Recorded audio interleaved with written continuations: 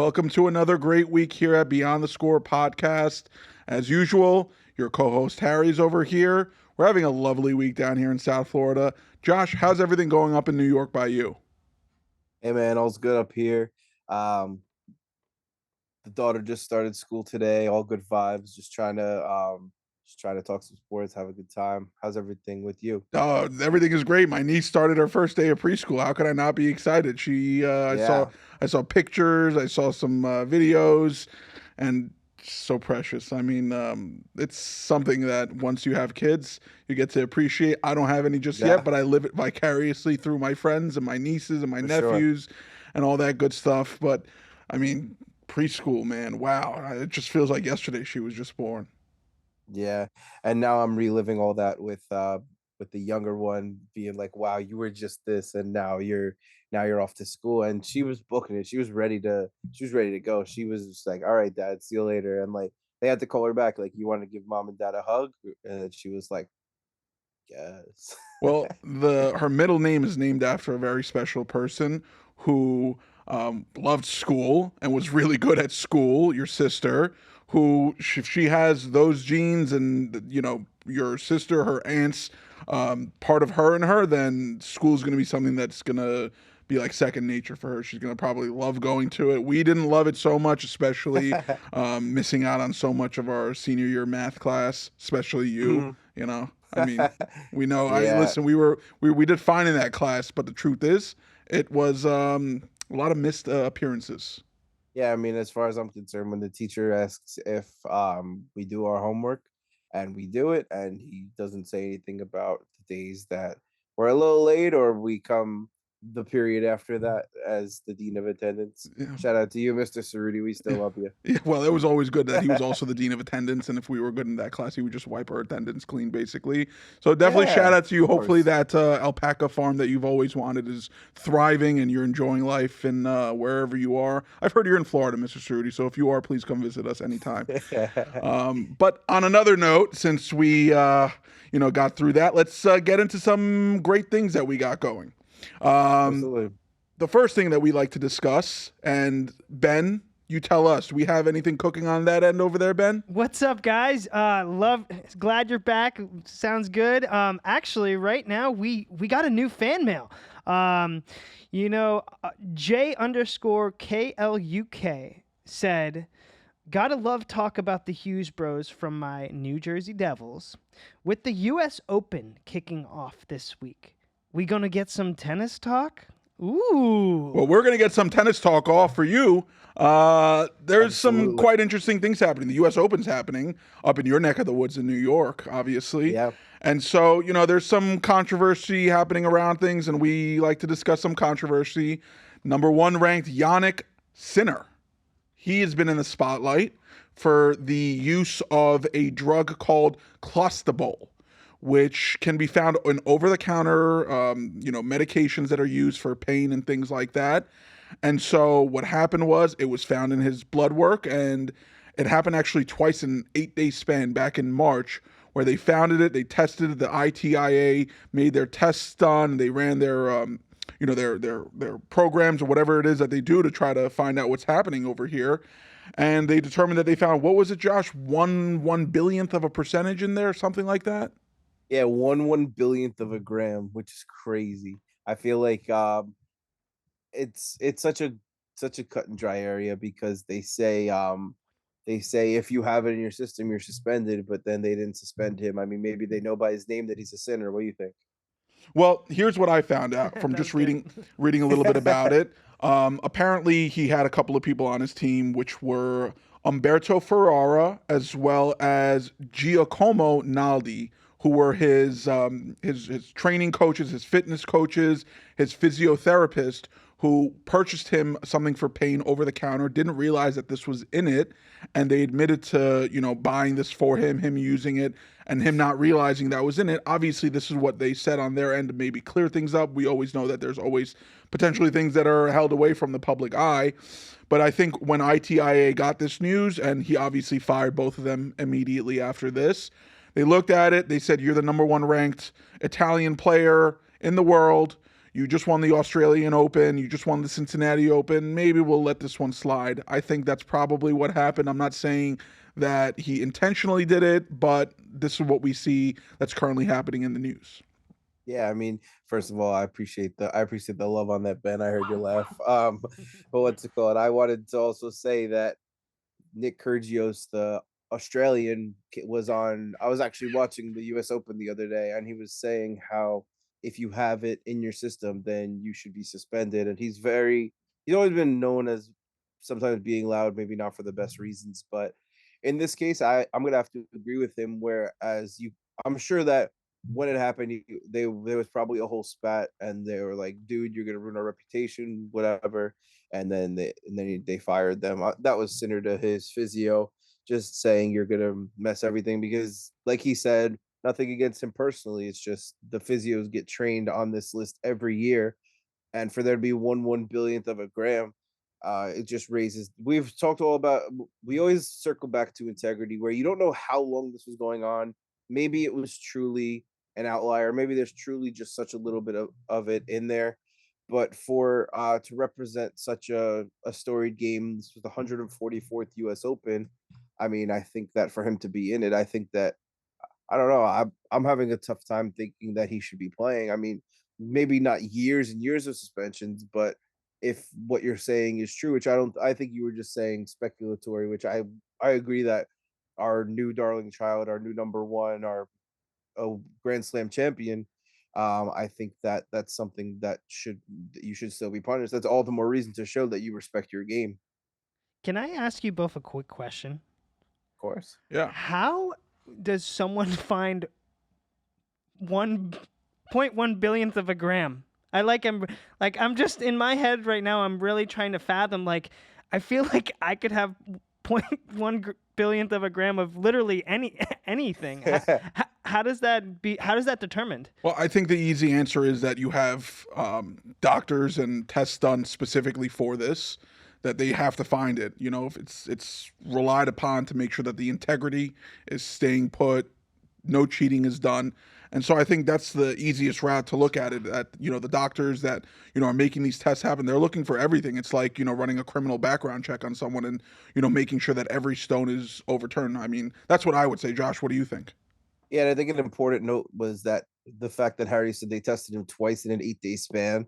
So if it was in there one time, I feel like maybe you could look at it as a fluke, but for it to be there both times, even in the most minuscule fraction I've ever heard in my entire life, Yeah.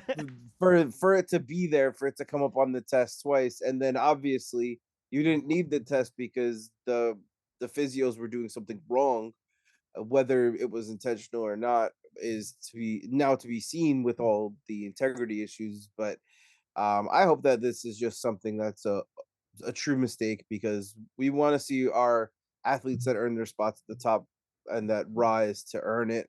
And it doesn't even, this banned substance doesn't even enhance your performance that much or even at all.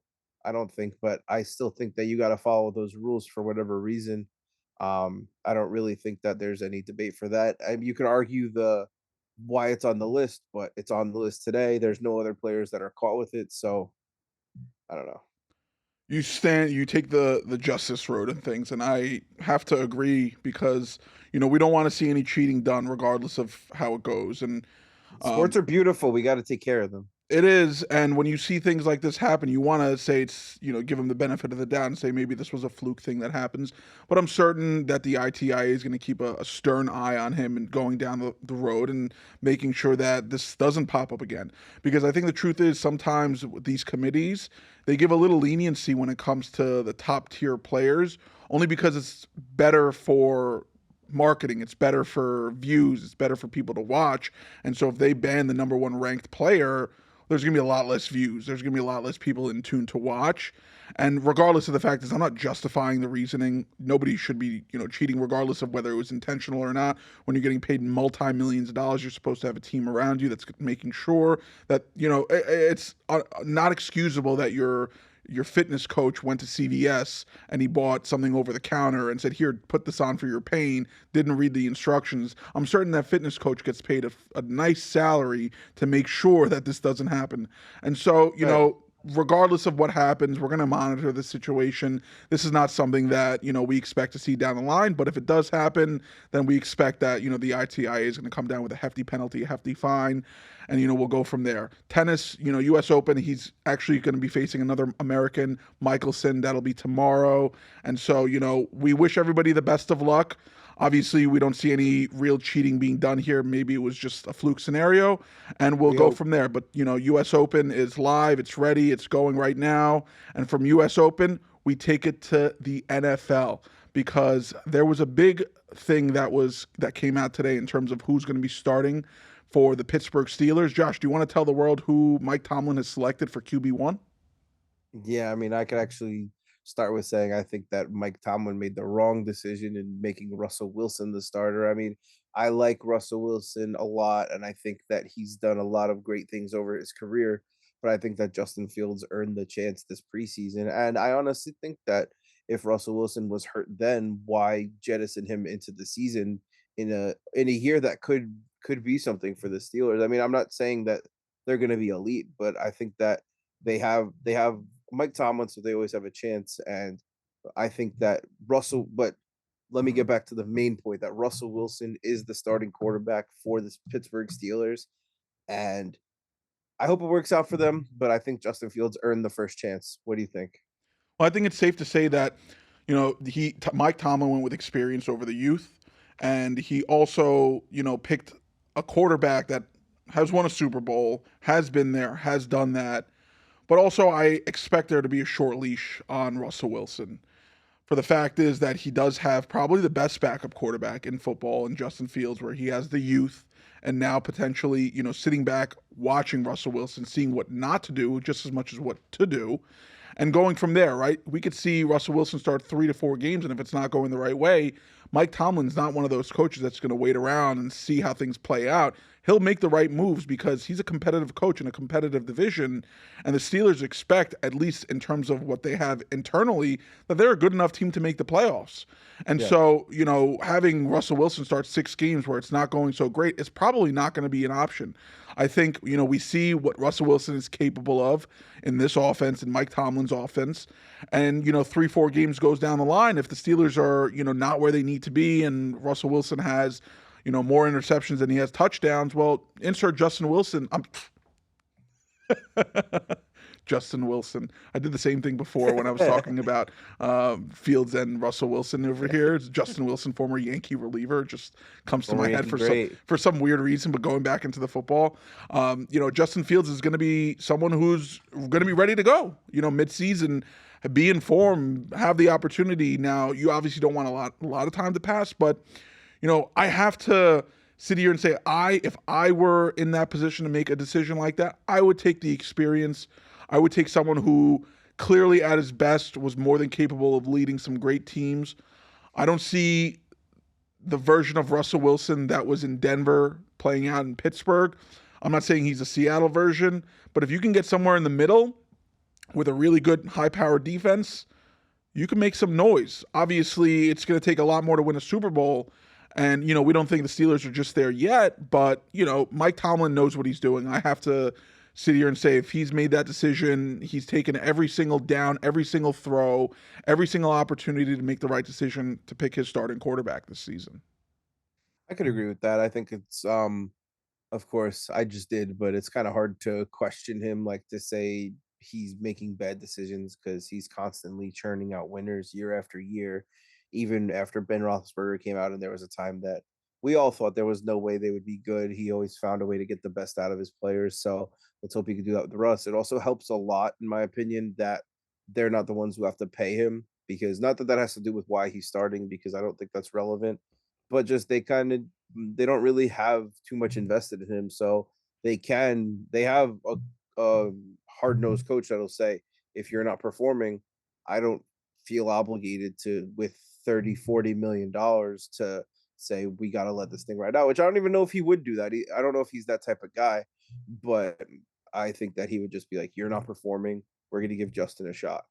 It seems like those decisions never have to be made because by the time these players are past their primes and about to get paid, while they're passing their primes, the Steelers kind of dump them off. So, it's Yeah, really great for them that they don't true. have to pay Russell Wilson $30+ million a year to be their quarterback. They have kind of like a free ride here. And I don't want to say it's a free ride because your season depends on every single opportunity that you Of have, course. but it's going to be a great thing to see how this plays out. I hope the best for Russell Wilson. I think he's a great quarterback. I think what he did in Seattle is really what needs to be thought of as Russell Wilson, not the 2 years that he had in Agreed. Denver. So we'll see what happens. He's not 40 years old like Aaron Rodgers is, but he's also not 25 years old like Joe Burrow is. So we'll get to see what type of version of Russell Wilson we'll see in 2025. Should be But fun. it's going to be a lot of fun. The quarterback room there is really interesting. And, Mike Tomlin, like I said, he knows what he's doing. But we're going to go from Pittsburgh and head all the way down to Dallas because they just made a pickup themselves. They added 29-year-old running back Dalvin Cook into their backfield, and that's going to make some noise between him and Ezekiel Elliott, who's also returned his way back to Dallas Yeah. after spending a season in New England.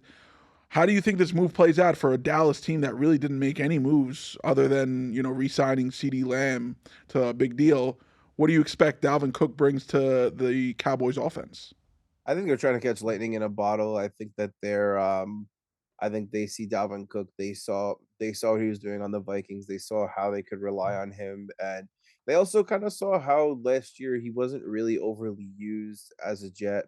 So I think that they might be hoping that a year like that, plus an off season, um, plus being motivated to be a Dallas Cowboy, because if you know Jerry Jones, he's gonna bring in guys who are excited to be there, or at least you would think that, or maybe just the dollar signs are talking. But he's on a practice squad deal. I think he sees his brother going off in Buffalo, and I think that he said he probably trained with him all offseason, saying, "I want to run this league with you," and not saying that they will. Ha, I said, "Run this league with you." That's a good one for a running back. Now, the thing is, 29 years old, you don't think it's so old to be an athlete, but for a running back, it is. And I think we're seeing a similar thing happen last offseason as this offseason. Dalvin Cook didn't sign till the very end of preseason with the Jets. And you think, oh, the Jets have a potential, solid backfield with him and Brees Hall there. This could be quite exciting. And then, in 15 games, Yeah, he has just over 200 yards. This season, again, waits till the end, gets an opportunity with Dallas as a practice squad member, probably will convert over into the, full-time 53-man roster. But they have, like you said, lightning in a bottle. They're trying for it to strike twice, really, with bringing Zeke back, too, who's also 29 years old. I mean, when yeah, Zeke was playing in his prime in Dallas back in the day, a few years back, he was probably, there was a 2 to 3 year stretch where some people said he's the best running back to ever play football. And now he's 29 years old and not a version of himself that we expected to see. But I think it goes to show you that at 29 years old, once you get up to that age, it's very difficult for a running back to really produce what they were doing when they were 25, 26 years old. And it's a very difficult position to play any sport, really. Any position to play in any sport is very difficult, but running back in itself. And now we have this running back room that it's really, I don't know what to. They have Dowdle, too, the rookie, who I thought yeah. they expected to take over as a starting back.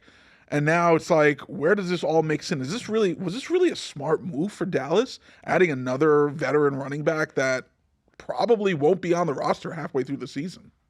Yeah, I don't think that the approach um is necessarily about Dowdle. I think that they probably didn't see enough from him to give him the keys. I think that, and Deuce Vaughn, no disrespect to Short Kings, but being 5'5", I don't think he could handle a workload in the NFL as a running back, especially when you look at Zeke, you look at Dalvin Cook, they're perfect examples of these guys that are in these huge workloads. Be the running back is the most unfair position in sports in terms of pay because you're so worked. Christian McCaffrey said it's like 30 car crashes a game, or maybe it's even someone else said that about running back, and then they showed Christian McCaffrey's arm bleeding when they said that. But the fact of the matter is these guys go through a lot, and they're really good at what they do, and a lot of them just you lose one step, and all of a sudden there's a new rookie waiting in the helm to take your spot. It's kind of crazy, and that's why you got to look at guys like McCaffrey, guys like Adrian Peterson, guys, all those guys that did it for so long, do it for so long and do it so well that you got to be impressed. That's why, in my opinion, running back is one of the positions in all sports that really the greats will live on in our memory forever, right? Yeah. And then, you got guys that are really great for 2 to 4 years where they're rushing leaders, but they might not even be a Hall of Famer by the end of their career because the truth is their legs didn't hold up once they turned 29, 30 years old, and they kind of became a real shell of themselves. And so, Dalvin Cook was a monster in Minnesota. Ezekiel Elliott in his prime was a monster in Dallas. And so now at 29 years old, the chances that just one of them is going to take off and produce 1,000 yards from scrimmage, I'm not even talking just rushing, from scrimmage, it's a long shot. And you have two of Yeah. them, it's just not the way it's gone since, the last 10 years. We can look back and say, the Le'Veon deal to the Jets was where it really started. And we saw, he was only, 27 when he got that deal, but he got a 4-year deal. They paid him over $50 million. And, he Yeah. was gone after a year and a half on the Jets and never saw again in the NFL because they just don't hold up. And it's sad because they are one of the most explosive positions in all of sports, one of the positions that everybody loves to watch and see and, rep jerseys, right? As a Giants fan, you saw more running back jerseys in the stands than you did quarterback jerseys for the last Yeah. 6 years, right? Even when Eli was around, you saw Saquon coming up everywhere. And then when Daniel Jones came, it was the same thing. And so, it's going to be a really tough. I really think Dallas, when they make their decisions, they don't think about it. And that goes to show you that, you can't be an owner slash GM because realistically, when these guys are getting paid $3 to $5, $6 million a year to be a general manager, there's a reason for it. It's not like you're picking someone Yeah. off the streets and say, "Hey, represent my team in negotiations to acquire players and make deals happen." It's because it's a legitimate job title, and they have to really do it. Jerry Jones is, 80 years old and the owner of a multi-billionaire who owns the Dallas Cowboys and is trying to also save $5-6 million because he thinks he knows best for his team. And I think that's Yeah. I one of the mean, worst routes to go down. when you have the owner doing it, they're focused on the bottom line for sure. I mean, you could argue like with the Yankees doing the same sort of thing, but you look at Jerry Jones and you think about that, and then if he's saving money there, did he know this CD deal was getting done? And then And I I wanted have to a go question. back to that too. I don't mean to cut you off, Josh, but No, you're good. the bottom line here is something that I could appreciate, but Jerry Jones played hardball with CeeDee Lamb and then caved in anyways and gave him $136 million.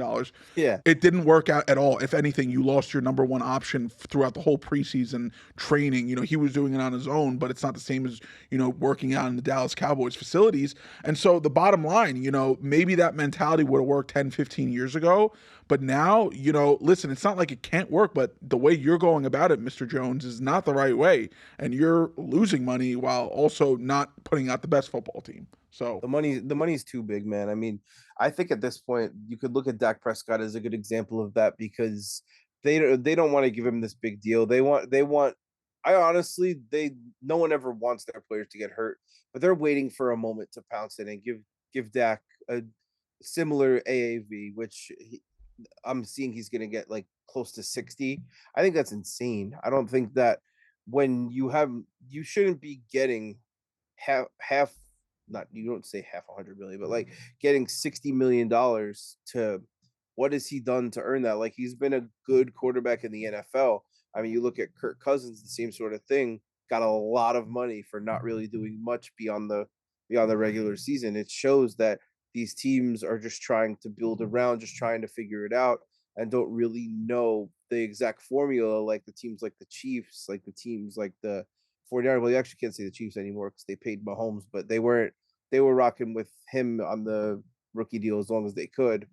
But so you look at that, and I think that that's something that these quarterbacks, these quarterbacks are getting a lot of money. And you brought Jerry Jones's decision making to question. I wanted to kind of put a bow on the NFL, thinking about what do you think happens with Dak, whether it's the season, whether it's the off season, whether it's right now. What do you think about that situation? if the Cowboys lose out on Dak Prescott, that team is going to be cursed for a very long time. You He's a think $60 quality million though? he's a quality quarterback. I think he's a great quarterback, and I think he's just in one of those systems that doesn't really know how to handle internally their players. And so if he So- leaves, he'll get paid someplace else and move on and, have a better opportunity, in my opinion, elsewhere. And the Cowboys can figure out, how to spend that $60 million, maybe drafting a quarterback and adding weapons around it. But the numbers don't add up anymore when it comes to these financial obligations for these players. And so, listen, Dak, I expect you to have a very good season, but I don't expect the Cowboys to make the playoffs. And once that happens, pack up your bags and find a new home because you're not going to be successful. It might be, but I think a lot of players look at it like this is the Dallas Cowboys. I have the best opportunity to at least get the bag here. If I do win, look at where I'm winning, type of thing. So there's a lot of factors to play into it. Obviously, this season he's a Cowboy, and we'll see what happens. Once the offseason rolls around, that's going to be a big speculation around that situation and what Dak Prescott ends up doing with his career. But from one spot in terms of football, we're going to take it to another spot in terms of football as well. Fantasy football. And fantasy football, a lot of people are drafting now, getting ready for the season to start. I know that I have one team already locked in, another one that's going to be drafting soon. And so we're going to compare some of our top options that we believe at some positions and explain to you guys, why we pick these players. Ben, you want to start this off for us and give us some options to pick from? Yeah, I would love to. Who wants to start? Josh is going to start. Yeah, Josh. I'll start this time. All right, Josh. All right. So we've got wide receivers. Ooh, CD I like that. versus Tyreek. That was What- a little surprise for you, by the way, Josh. I love that. Yeah. I hope my reaction was satisfactory because that's fire. I love it. What do you think? Who we I picking? think that I'm picking CD Lamb. I know we're talking about Dak Prescott, what or not. I don't care who's quarterback. Put Harry in the quarterback. That man is a number one. Man's a number one option in fantasy. He showed it last year. I think Tyreek Hill, number two. He's questionable with that hand. I think that with Jalen Waddle around, don't get me wrong, Tyreek Hill is going to put up insane numbers. Draft him if CD goes off the board. But I think CD Lamb is the top wide receiver to get, and I think that he will be used just as much, if not more, than last year. Oh, I love to hear it. All right. What about for running back? JT versus Derrick Henry. When I was talking to Harry about it, I felt like he thought it would be a little bit of a hot take that I would take Derrick Henry because I think that having Lamar Jackson around to kind of keep the defense on their toes as well as a new team, new life, I think that'll bring that out of him. Derrick Henry's rated decently lower than Jonathan Taylor, but I think if you could get good value on Derrick Henry in Baltimore, I think they're going to use him a lot. I think he's going to get a lot of touchdowns, even if the yards aren't necessarily as high as certain other people. I do think that he'll do better than Taylor because it's hard to say Taylor will give you 17 games if you're a champion or even just get you to the playoffs. Hot take. It's all right, though. I like it. Now, all right, we've got our next one. We got our tight end. Now, I might butcher this name, but is it Kincaid? Kincaid, but that's Kincaid. all right. All right, Kincaid versus Schultz. The battle of the Daltons. I found out when I was figuring this out that Harry has both these guys in his squad, so I do think that's a good move. I think that CJ and Schultz have a lot. I can't call them Dalton. CJ and Schultz have a lot of chemistry, but I'm going with Dalton Kincaid. I think with Stephon Diggs out of town, I think that Dalton Kincaid is in for a huge breakout. Certain websites agree with me, certain websites don't. I see on ESPN that one person has Dalton Kincaid as high as the number 3 tight end in fantasy. I think Dalton Kincaid will be someone that will win a lot of people championships this year. I'll just give my quick recap on your picks. I think CD is the right pick for sure. I think Kincaid is also the right pick. And the JT and Henry, I think it's very close. The only reason I'm going JT is because of the opportunity that he'll have in that offense versus also the fact that Derrick Henry is 30 years old. And so, he's had some injury concerns as well. That dude's one of those different guys. No, he is. He is. You're right. He's a stud. Derrick Henry's a stud. I don't see it that you're hating on me though. I see where you're coming from. I think JT has all the skill in the world, but I do think that and I also have him in number one fantasy issue too. there. JT's on my fantasy team. If you go down JT, I'm gonna be pissed. Harry, you want to go ahead and let's do it. Do yours as well. Let's do it. All right. So we're gonna start off same thing. Wide receiver. We got Flowers versus Reed. All right, Zay Flowers versus Jaden Reed. I'm going to go with, and I love both of these wide receivers, but I'm going to go with Zay Flowers being the number one throwing option in Baltimore with, Lamar Jackson, who now has another runner on his squad that he doesn't need to do all this running for. I think the ball's going to go a lot in the air, and I think Zay Flowers is going to reap all those benefits. I think Reed is going to have a great season in Green Bay, and I think he is one of the great young wide receivers of this generation. But right now, at least in 2024, 2025 fantasy, I'm going to go with Zay Flowers. Awesome. Love to hear that. All right, let's go to the next one. Running back. We've got... Oh, we got Zay Flowers is now converted over to a running back. No, That's he's nice. not going to... And Jaden Reed too. Wow, they're both running backs now. Wait, one second. Let me edit this. Hold on one second. No, it's fine. If they were both running backs, I would have to take Reed at that point. I think, maybe the physicality will be there. And so, if they did convert to running back, I'd take Reed over Flowers as the running back position. All right. Well, so in the little side note. That was just like a little side thing that we just threw out there. let's do tight end first then. Okay, let's do tight ends. Cool? Yeah. So for tight end, I've got McBride versus Auden. All right. So 2 tight ends that I also really love. Trey McBride in Arizona. Last season, he showed so much improvement in terms of just his overall game as the season progressed. And now that Kyler's healthy, I'm going to go with Trey McBride because I think he's going to have one of those seasons where we'll look back and say that's a tight end that we're going to be scared of as opponents. On the other note, though, Cade Otton, I think in Tampa Bay, he's a really good player too. Him and Baker have a really great connection going down, especially with that check down. I expect him to be used a lot, and he's on the waiver wire for a lot of fantasy teams. So, a couple weeks go by. If your tight end's not producing, go look at Cade Otton over there in Tampa Bay. Awesome. All right, now the real running back is what this is what I wanted. Dun. This is what I really wanted.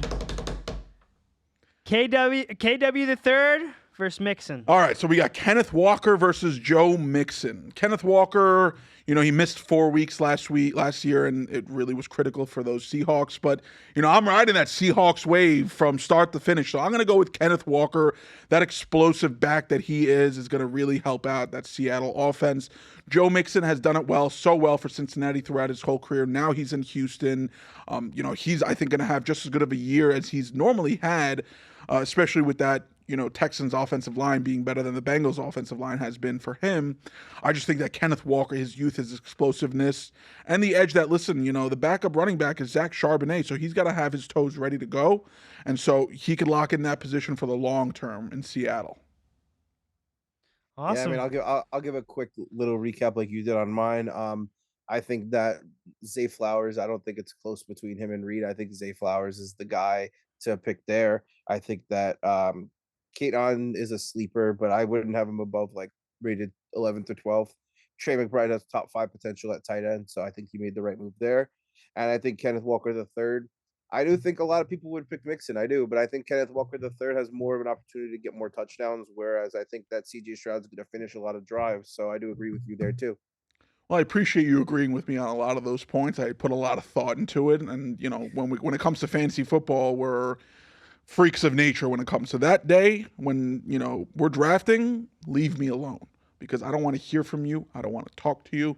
I'm focusing on my team, building it up, and fantasy football is one of those things that I just can't wait for Sundays and just seeing how my team does, having 4 different games going on at the same time. It's the best feeling in the world. And that's why we're excited for football. Fantasy makes us just feel even more excited about football season starting next week.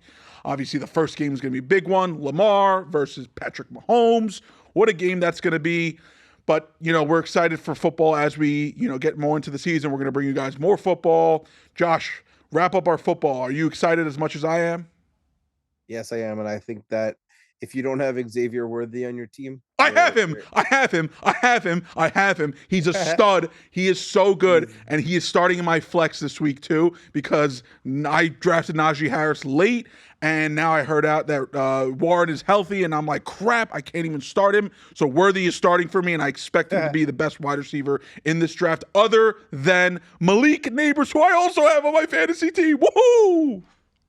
Well, I mean, I don't know who you're doing your league with that you have every player you're mentioning that you have, but Josh already loves my team. Afterwards, I'll give you a call and I'll share with you my whole team, and then you could be like, all right, the rest of that team is not so great. No, I'm kidding. yeah, I'm kidding. I have a pretty good team, I think, at least. but I think Xavier Worthy, the way they're going to use him is going to be very similar to Tyreek Hill. I think Rushy Rice is a good player, but I think that when Patrick Mahomes has that guy who can outrun anybody, it's a huge problem for defenses. That wide receiver group in KC is a lot better this year than it was last season. And let's not forget, the Chiefs won the Super Bowl last season. So now you just gave Patrick Mahomes 2 new weapons and a rookie that is now turning into a sophomore that had a great year last season.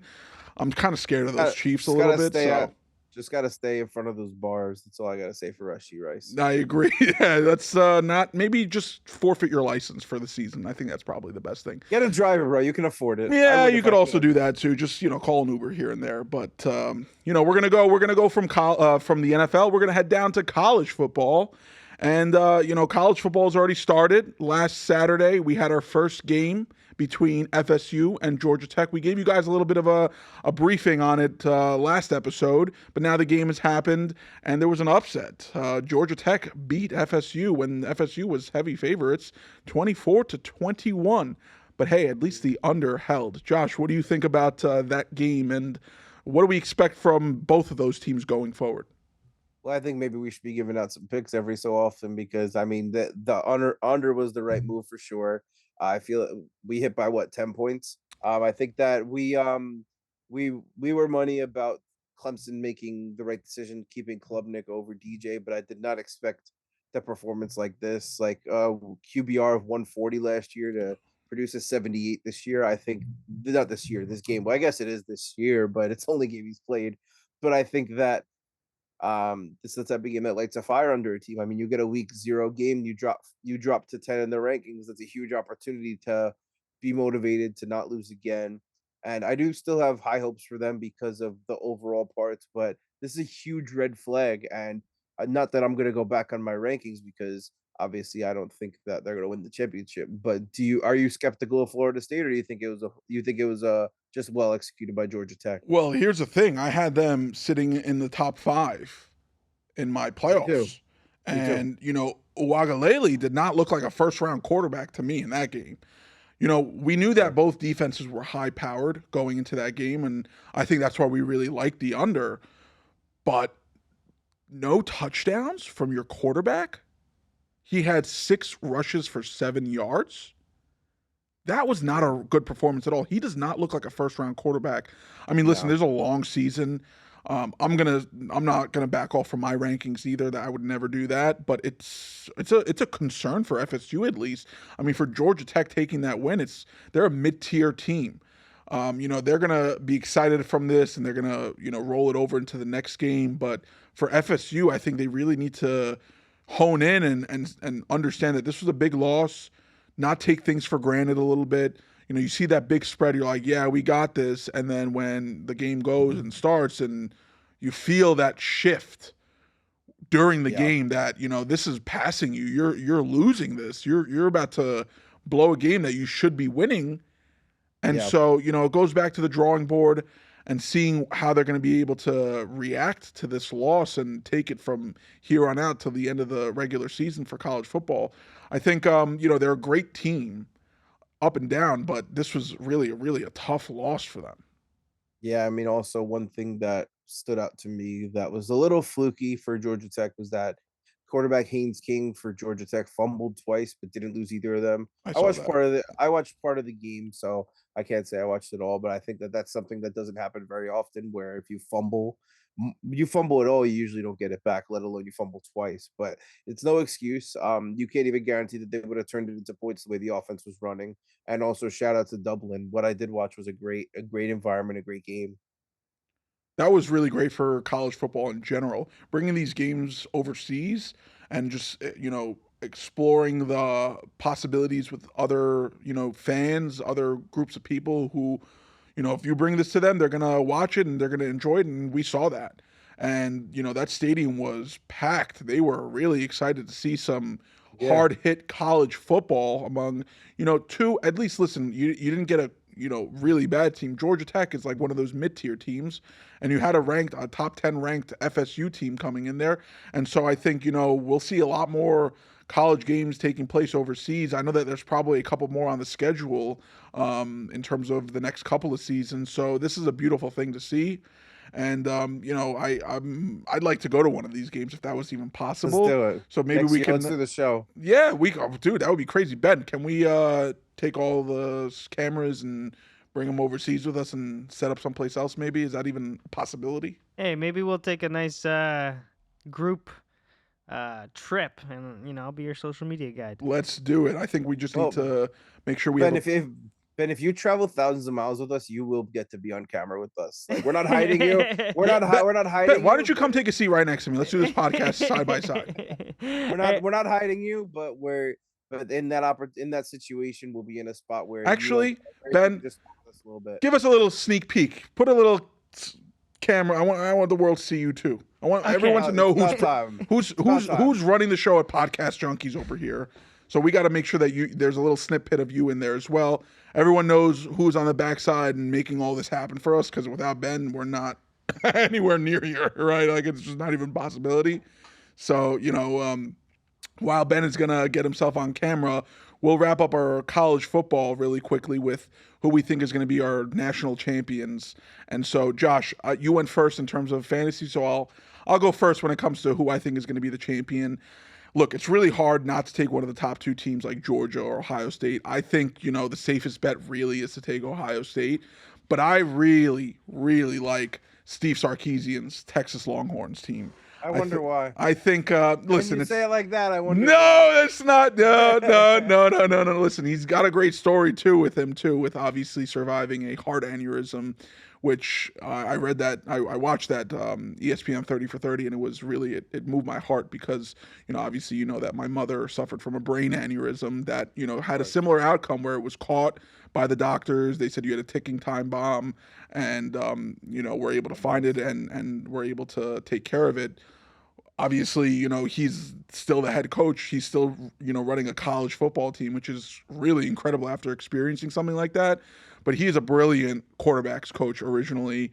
And I think, with Texas being ranked as high as they are, having a great team up and down, I think this is really one of the best scenarios for them to make a run at winning this whole thing. He has his quarterback back in the room with him, Quinn Ewers, I believe that's how you pronounce his name. Mm-hmm. And so, I think if there's another team that I would take other than those top two dogs, it would have to be the Texas Longhorns. Yeah. I mean, I don't think that's an out-of-pocket thing at all. I know we also got the thumbs up from Ben. He's gonna join us on screen. Yeah, I'll talk after that. I want to say what's up. There he is. Yeah, let's go. So now the whole world knows who's running the show over here at Podcast Junkies too. Well, thanks, guys. Sure. I'll pop up a little bit more often when I speak. I'll bring my. That's what we like to hear. I'll bring my. Yeah, absolutely welcome to. We love that, and I love the graphic too. I wanted to give one more shout out for that. That was really cool with the NFL and with my champion. Well, actually, one more thing. I thought that just like us Jews, I know you Armenians stick together. That was what I was saying with your Texas coach, but I'm going with Oregon over Georgia. I think that it's hard to not have Georgia in the championship game when you go through it. I mean, I know that was a huge challenge for you, but in order to make that game, I'm sure you had one of those teams having to beat them. So overall, I don't think that your pick was bad. I actually think that when you look at the Final Four, I had Utah instead of Texas, but I did have Ohio State as well. So I think that we're pretty similar with that. But I just think Oregon is so explosive. They really have a good system going. Dylan Gabriel's a stud. They got Tez Johnson coming back, who him and Troy Franklin ran the show last year, both 1,100-yard receivers. So now with him gone, he could do some serious damage, as well as I'm sure they had a great recruiting class. I'll definitely have to look into that. But being number 3 to start the season, I think that that shows what they think of them. And actually, they will play Ohio State as a new member of the Big Ten. So that might be the game that decides who is actually there, or maybe there'll be a rematch in the Big Ten championship. But I think it's a lot of fun to think that we're both going to have a Big Ten team and an SEC team with Texas moving there too. We love big games and we love teams that have an opportunity to get redemption. So it's a beautiful thing. College football, NFL, they're both coming at us literally around the same time. And so sporting life is getting good. Obviously, hockey and football, hockey and basketball are also on the horizon. Baseball is getting into the playoffs really soon. We got another month of the regular season with that. So sports, listen, we might have had a couple of months where things were slowing down, but we're getting right back into things. And it's exciting, especially over here at Beyond the Score podcast. We got one final fun segment to kind of go over where we saw some things that, were fun to discuss. And first off, we can talk about our favorite athlete at this very moment in our times, Aaron Judge. Josh, do you want to introduce what he was just on? Yeah, I mean, my wife is so annoyed by how much I've been talking about this that he was on an episode of Rubble and Co., which is a spinoff of Paw Patrol, which my daughter loves. Yeah, look at him there with those are his actual dogs That's drawn into the Gus. show. Yeah, I forgot the other one's name, but that's his other dog too. Oh, yeah, I didn't even know he had another one. Me either. And his wife did the voice of those. I was heard that. such a cool thing to see. As a dad, whether I had a boy or a girl, it's a cool thing to see. But with a girl, it's something to be able to connect over the sport, be able to show her Aaron Judge, and now instead of asking me for things, she's like, "Daddy, put on the Aaron Judge Paw Patrol," and I'm happy. And now when I put the Yankee game on it, I'm like, "Look, that's Aaron Judge." She stops and watches and appreciates it. And then when he hits one of his 50+ home runs, she's like, "Let's go," just like your daddy. So That's the best thing in the world, dude. Oh my gosh. for sure. But Those moments. you don't see athletes in their prime do stuff with kids like that. Like, don't get me wrong, they all do.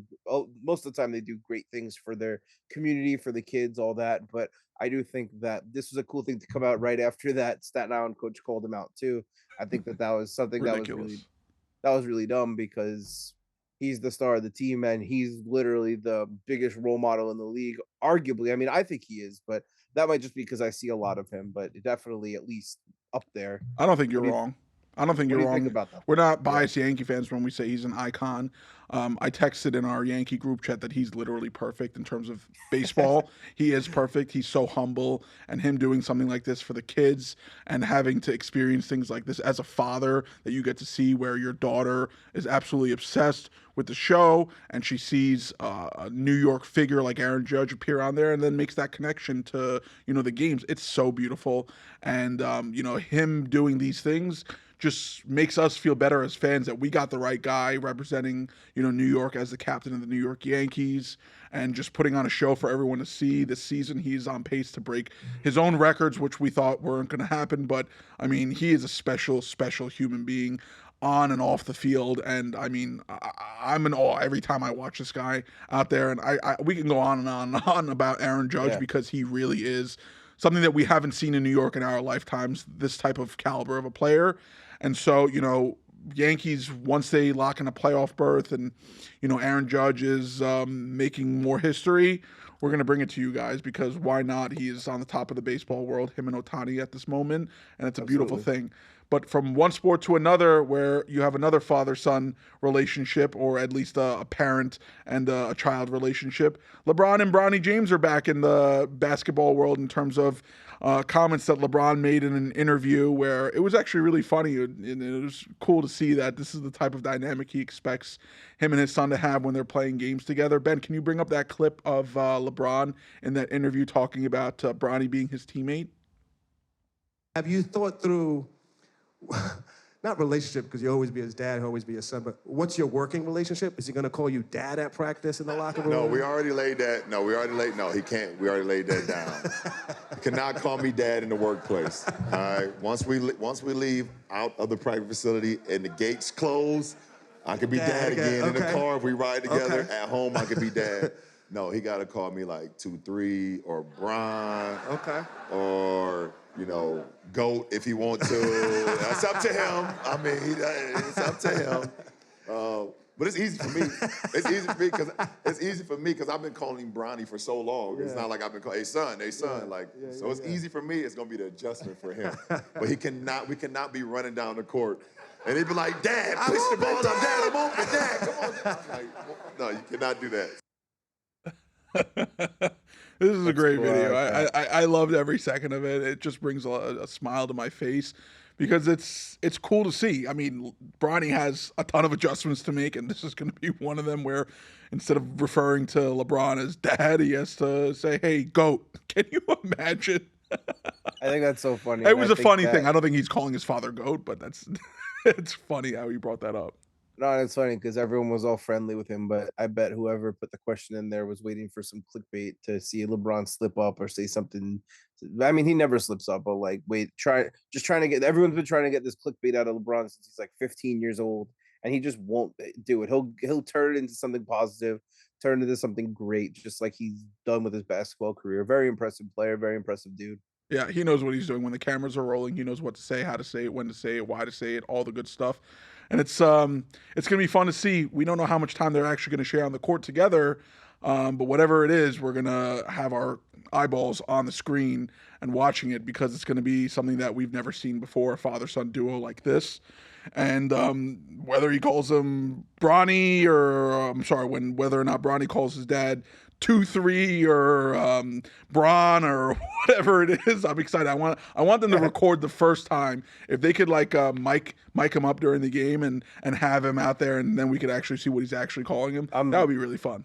I'm sure when Bronny makes that leap to the NBA, I'm sure that they'll have plenty of microphones around. Yeah, for sure. That game is going to be sold out. They're probably going to do it in the Staples Center against a team that's not very good, just to make an audience look good. But we're excited. We can't wait. I mean, we did something new this week where we brought you guys a little bit more in terms of segments. We want to try to incorporate different things as we go and see what works, what you guys like, what you guys don't like, letting us know what works and what you guys prefer to see and all that stuff. We appreciate you guys every single week. Every time we get a comment, every time we get a share, we get giddy over here. Not like Josh giddy, but just giddy in the sense that it's really excited. It really excites us to see, our engagement that we're getting with you guys and how much support we've gotten so far to this point. Been doing this for a couple of months now. I'm having a blast doing this with you, Josh. Every single time we're in the studio together with Ben on the other side over there, it is really just such a great experience, and I'm so thankful. And Josh, you tell us, how have you experienced it so far? Yeah, no, I mean, it's been amazing. It's been a great thing. It's been my guy time too, because I got my wife, I got my daughters, I got my dog who's a girl, so it's fun. But in all seriousness, it's really a great thing, and I'm grateful to have both of you to be able to make it so quality, because for me and Harry to do something, it needs to be to a certain level that we hold ourselves to. So we really hope we're providing that to you, and we appreciate the support. And I have to call myself out because Harry said he was going to call me out, but I hit a nice parlay this weekend, so I ended up getting myself mad because I got in the mood. But I was not planning on getting it, like I said before, but I'm trying to give this online league one more chance. Fell for the trap. It's all good. Yeah, when you hit the parlay, you gotta not get emotional. But I was playing in my Madden 24 league with Joey, and we were talking about if we're gonna get it. I was like, you know what? If this hits, I'm gonna get it. And sure enough, it hit. So it was in the brain. That's DraftKings money that bought Madden for me. So you know what? We'll take it. Let the parlay run. Let it run. Guys, if you're watching on Spotify, Apple TV, wherever it is, YouTube, hit the subscribe button. We're going to give you guys more content all the time. We're going to give you guys a lot more different sports as it comes, and we're just excited to be able to bring this to you guys on a weekly basis. Thank you guys so much. Let's not forget something that we do every single week. The best part of our shows are famous yogiisms. I'm not going to go buy my child an encyclopedia. He could walk to school like how I did. What? Encyclopedia and I think biblioteca, which is bicycle in Spanish. He might have. No, that is library. It's library in Spanish. Cut that. Hey, no, leave that. Dude, I knew that too. And What's bicycle in Spanish? Bicicleta. Oh no! Ben's Colombian, so he's supposed to know that. But what's my excuse? Yeah. Oh man, we got the fact check quicker than you could ever find that anyplace else. Wow. Whoops. I ran with that one, guys. I ran with that one. I'm sorry. Please leave that. That's great. That's great. That's great. Well, thank you guys again. I'm sorry that my Spanish is not as good as most of yours is, and I'll make sure to look up my words next time I do my yogi-isms. Thank you guys again for a great show this week.